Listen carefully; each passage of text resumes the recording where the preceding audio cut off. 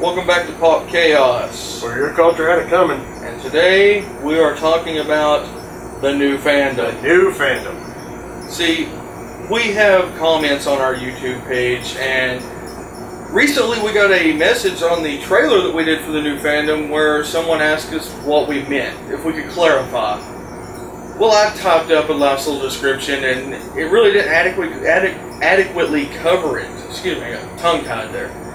So we're going to go ahead and hit on this. It's going to be a running segment, so let's start right there.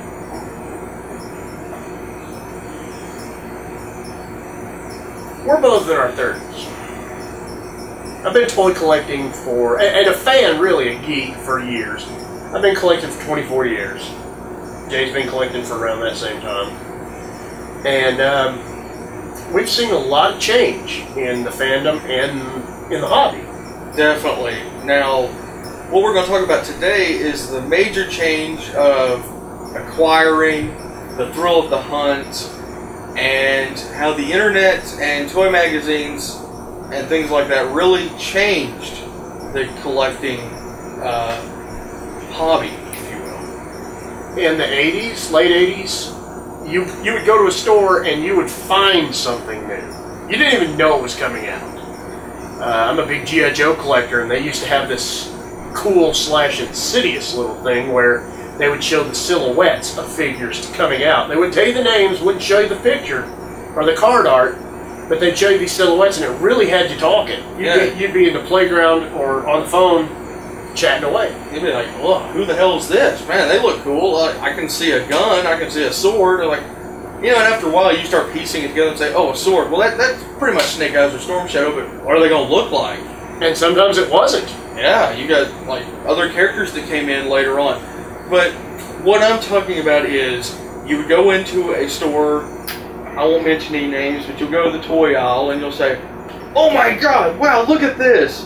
Something new! I didn't even know this was here. I didn't even know about it." That's not the case today. No, certain times of the year, especially around Christmas, certain figures aplenty would have the new toys on the shelf, and you would always. I remember this, and I'm pretty sure you do too. Christmas Day, you unwrap your toys, and oh my God, I got Transformers. Who the hell is this? What the hell is this? You're not happy? No, I'm thrilled, but I don't know what it is. I've never seen this before. And it was always a treat. Well, the one big thing in the 80s that toy companies had going for them is almost every figure product that was on the shelves had some kind of cartoon or comic that would introduce you to these characters. But then again, that's not always the case. You know, there was plenty of Transformers characters that came out that never made an appearance in the show or the comic. They came out much later, or they just developed a fan following on their own. Towards the 90s, things were a little different. Things became a little easier. Magazines like Wizard, and eventually Wizard spun off to Toy Fair, and there were several others. There was Lee's Toy Review, which I think is still around, and White's Action Figure Guide. It's not around anymore. There were a couple of other ones that I would buy religiously, and that's where you got your news. You would see Toy Fair coverage and drool months in it after it happened. Yeah, but see, the problem with that is, I mean, it wasn't necessarily a problem, but it kept the publishers on their toes because they had to release this information before the stuff came out. Because if you got an issue that was back a couple of months, you've already seen this stuff. There's no surprise. That's the problem with today. We have the internet, which is, as we've said before, is a great tool to help people with their collecting, but there's no surprise. It's a double-edged sword. Yes. Toy Fair will happen. In about a week or so, 2 weeks from now, San Diego Comic-Con will take place.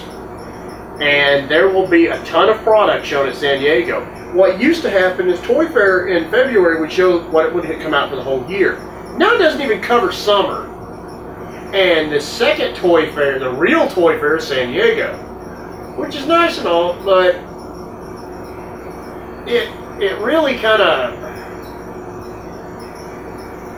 Well, it developed a new mentality. Mm-hmm. And that's what we want to talk about briefly here, the thrill of the hunt. Back then, and I don't want to sound like one of those back in my day fogies, but back when in the 80s and the early part of the 90s, there really was a thrill of the hunt. You would go to the store, and there wasn't that many scalpers.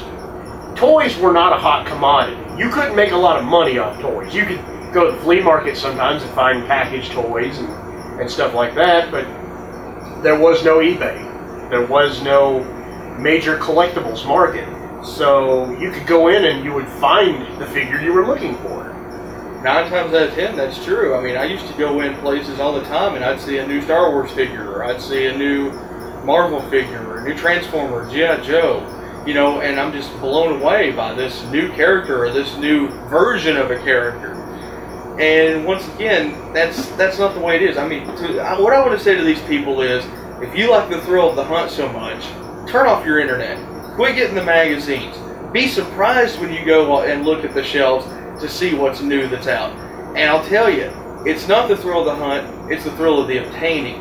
And that's the way it always was, and that's the way it always will be.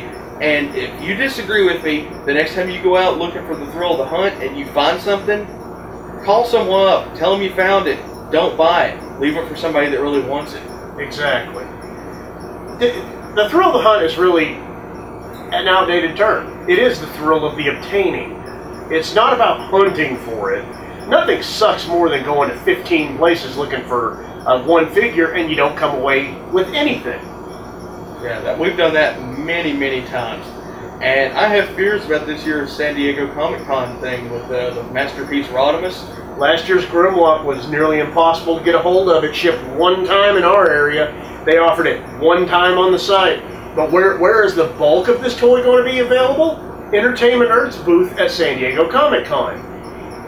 And San Diego Comic-Con, and a lot of the mentality is, a lot of these companies over the years have started to cater to the collector. They've started to produce things more aimed at us, which is nice. I'm not complaining. The problem is it develops an expectation. And that's where the new fandom comes in. It's these people that are new to collecting and they're used to this being catered to. So anytime something comes out, it's not good enough. It's not near good enough, and they want more, and they want more, and they want more. They complain when things are done for them. I've seen I got out of the Transformers boards because the complaining was just ridiculous. Takara does it better. The Japanese companies do it better. Hasbro sucks. Hasbro this, Hasbro that. It just got old. It got really old really quick. And it's because they expect more. They're willing to, some of these people are willing to shell out more money for what they want, and that's fine. But they're not willing to accept the fact that some people will be happy with whatever they get. I'm always happy with what I'm able to get, and I have a better job now than I ever have in my life, so I can spend a little more and get a little bit more. There's a new Psylocke that's coming out from Sideshow. I never would have bought it before. My girlfriend wanted it. She said it would be cool. So yeah, I pre-ordered it. But the problem with that is it has a huge price tag. It's catered directly to the fans, which is, as Brian said, it's cool, but at what cost? G.I. Joe this year, Zorana's R10 sister, 2 versions. They are also producing a Starscream painted Sky Striker with Cobra Commander as the pilot and Megatron in gun mode. I want this so bad I can hardly stand it. Yeah, but it sucks. Yeah, it's terrible. The new fandom doesn't like it because it's not up to their expectations. Well, it's the same thing with the new Sky Striker and the, raped cockpit that they hate.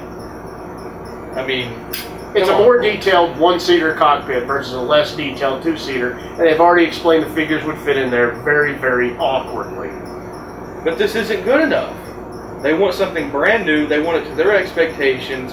It's not good enough that we're getting something retooled and redone and re-released because a lot of these people never had a chance to get it. Hell, a lot of these people weren't even alive when this thing was released.